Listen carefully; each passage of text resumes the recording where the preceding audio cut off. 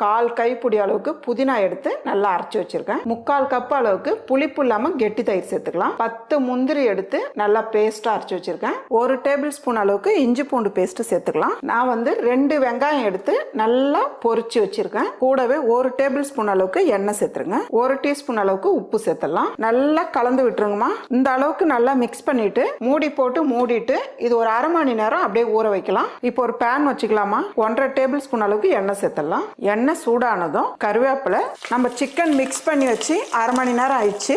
நல்லா ஒரு 5 நிமிஷத்துக்கு அப்படியே கலந்து விட்டுட்டே இருங்க. அப்படியே கலந்து விட்டுக்கிட்டே இருந்தேன். இந்த டைம்ல ஒரு 2 டேபிள் ஸ்பூன் அளவுக்கு தண்ணி சேர்த்தா போதும். அதிக தண்ணி தேவையில்ல. மீடியமான தீயில ஒரு 10 நிமிஷத்துக்கு மூடி வைக்கலாம். கிரேவி நல்ல ஒரு வழவழப்பா வந்திருக்கு பாருங்க. 2 பச்சை மிளகாய் அப்படியே முழுசாவே சேர்த்துக்குங்க. வாசனைக்காக தான். பொடியை நறுக்கின கொத்தமல்லி நல்லாவே சேர்த்துக்குங்க. அவ்வளவுதான்மா. ஒரு டிஃப்ரெண்டான டேஸ்ட்ல சிக்கன் மசாலா ரெடி.